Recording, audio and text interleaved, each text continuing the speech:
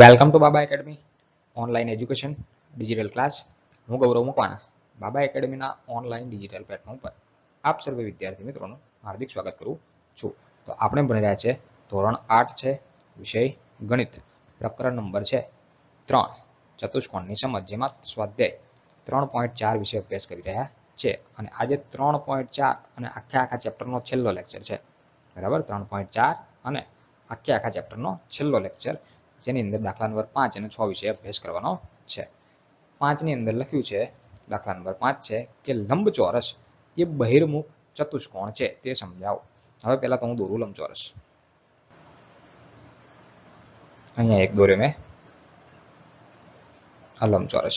બરાબર, હવે આ કેવો ચતુષ્કોણ છે? બહિર્મુખ. એના મુખ બહારની બાજુ છે, બહિર્મુખ ચતુષ્કોણ. બરાબર, ખૂણો બહાર જાય ખૂણો. બરાબર, બહિર્મુખ ચતુષ્કોણ છે તે સમજાવો. બરાબર, તો એક ખબર કેમ નહીં પડી કે આ બહિર્મુખ ચતુષ્કોણ છે? તો જે ખૂણા જે બને છે, બરાબર, એના વિકર્ણ તમે દોરો તો જો અંદરની તરફ આવે તો બહિર્મુખ ચતુષ્કોણ કહેવાય. બરાબર, એટલે અહીંથી હું આ વિકર્ણ દોરું, અહીંથી આમ, બીજો વિકર્ણ અહીંથી આમ દોરું. બરાબર, તો વિકર્ણ મધ્યબિંદુ ક્યાં મળે છે? અંદરની તરફ. ધારો કે આવો કોઈ ચતુષ્કોણ છે, બરાબર, આ ચતુષ્કોણ છે, ચાર ખૂણા તો દેખાય, ચતુષ્કોણ કહેવાય. બરાબર, હવે આનો વિકર્ણ હું દોરું તો ક્યાં દોરી શકું? વિકર્ણ દેખાય ખરો? અહીંથી આમ દોરો, બીજો આમ દોરો, આને વિકર્ણ કહેવાય? બરાબર, આને વિકર્ણ કહેવાય નહીં, તો આ બહિર્મુખ ચતુષ્કોણ કહેવાય નહીં. બરાબર, એટલે કે આ જે વિકર્ણ છે અંદરના ભાગમાં મળે તો આને કેવો ચતુષ્કોણ કહેવાય? બહિર્મુખ ચતુષ્કોણ કહેવાય. બરાબર, તો આને લખાય કેવી રીતે? કે બંને વિકર્ણો જે હોય એ અંદરના ભાગમાં મળે એટલે આને બહિર્મુખ ચતુષ્કોણ કહેવાય. તો લખી શકાય કે આકૃતિ નથી દોરવાની, ખાલી મેં તમને સમજૂતી આપી, આકૃતિ દોરવાની નથી. બરાબર, અહીંયા એટલું જ લખવાનું. અહીં લંબચોરસ ચોરસના વિકર્ણ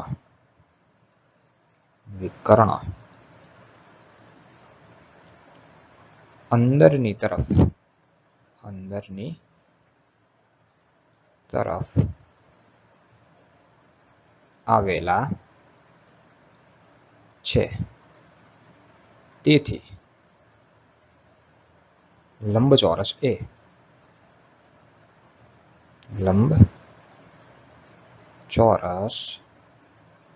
એ બહિર્મુખ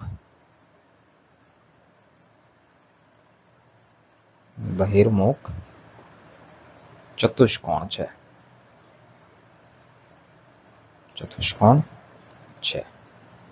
બોલો, ખબર પડી? બરાબર, લંબચોરસના વિકર્ણો ક્યાં છે? અંદરના ભાગમાં આવેલા હોય તો એને કેવું ચતુષ્કોણ કહેવાય?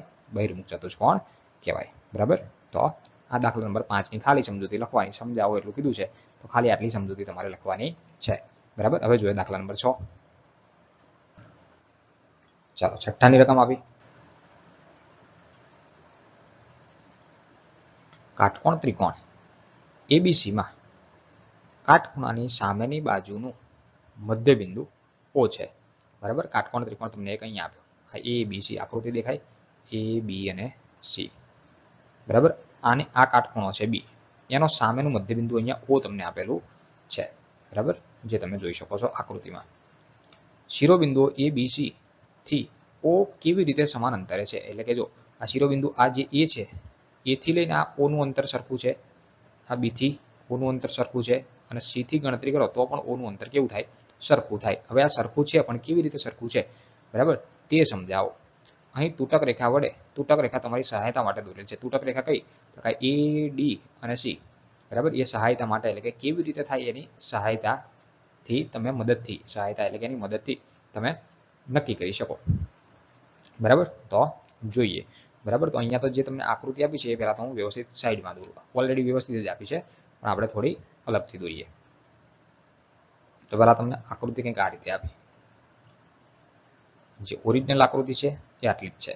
કઈ? તો કે આ A, આ B અને આ C. બરાબર, અને O બિંદુ જે છે એ બરોબર મધ્યમાં આ રીતે છે. બરાબર, આ O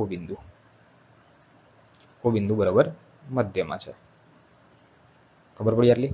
હવે આ જે આપી છે અલગથી તૂટક રેખા, એને અલગ કલરથી બતાવે. ચાલો, હા તૂટક રેખા આપી તમને અલગથી, બરાબર, જેનું નામ અહીંયા છે ડી. હવે કેમ આ રીતે આપ્યું? સમજૂતી માટે, બરાબર, એટલે કે તમને જલ્દી ખબર પડે એટલા માટે. હવે અહીંયા તમને શું પૂછ્યું છે? શું તો કે એ બી અને જે સી શિરોબિંદુ છે ઓ થી સમાન અંતરે કેવી રીતે છે એ આપણે નક્કી કરવું છે. તો અહીંયા જે તૂટક રેખાથી મેં જે બતાવ્યું એની અંદર હું એક વિકર્ણ દોરું. શું દોરું? વિકર્ણ. તો જો આ બી થી લઈ અને ઓ સુધી એક વિકર્ણ લંબાવું, બરાબર. તો આ જે વચ્ચે ઓ બિંદુ જે છે વચ્ચે એ બરાબર મધ્યમાં આવે, બરાબર. તો એ થી પણ સમાન અંતર થાય, બી થી એ સમાન અંતર થાય અને સી થી ઓ બિંદુ કેવા અંતરે થાય? સમાન અંતરે થાય, બરાબર. એટલે અહીંયા આપણે લખી શકાય, શું લખી શકાય કે એડી સમાંતર બીસી. એડી રેખાખંડ સમાંતર બીસી. એડી એટલે કયું? તો કે આ ભાગ, અને બીસી એટલે કયો? તો કે આ ભાગ. બંને એકબીજાને સમાંતર છે, બરાબર. તથા આ એ બી અને સીડી સમાંતર છે, તથા એ બી સમાંતર સીડી થાય છે અને એસી તથા બીડી વિકર્ણ દોરતા શું થાય છે? વિકર્ણ દોરતા ઓ બિંદુમાં છેદે છે. તેથી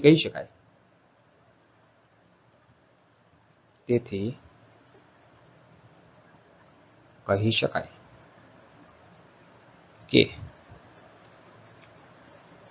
એ બી અને સી ઓ બિંદુથી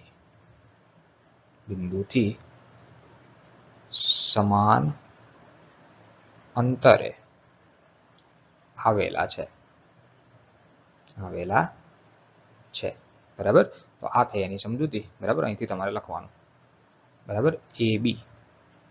એડી સમાંતર બીસી થી લઈ અને જે અહીંયા આવેલા છે ત્યાં સુધી તમારે લખવું પડે, બરાબર. ખબર પડી? ડન, બરાબર. તો અહીંયા આપણો લેક્ચર પૂરો થાય, સ્વાધ્યાય 3.4 પૂરું થાય, આ દાખલો પૂરો થાય અને આખું ચેપ્ટર પણ પૂરું થાય, બરાબર. તો હવે નવા ચેપ્ટર સાથે આગળના લેક્ચરમાં મળીશું, બરાબર. તો થેન્ક્સ ફોર અટેન્ડિંગ.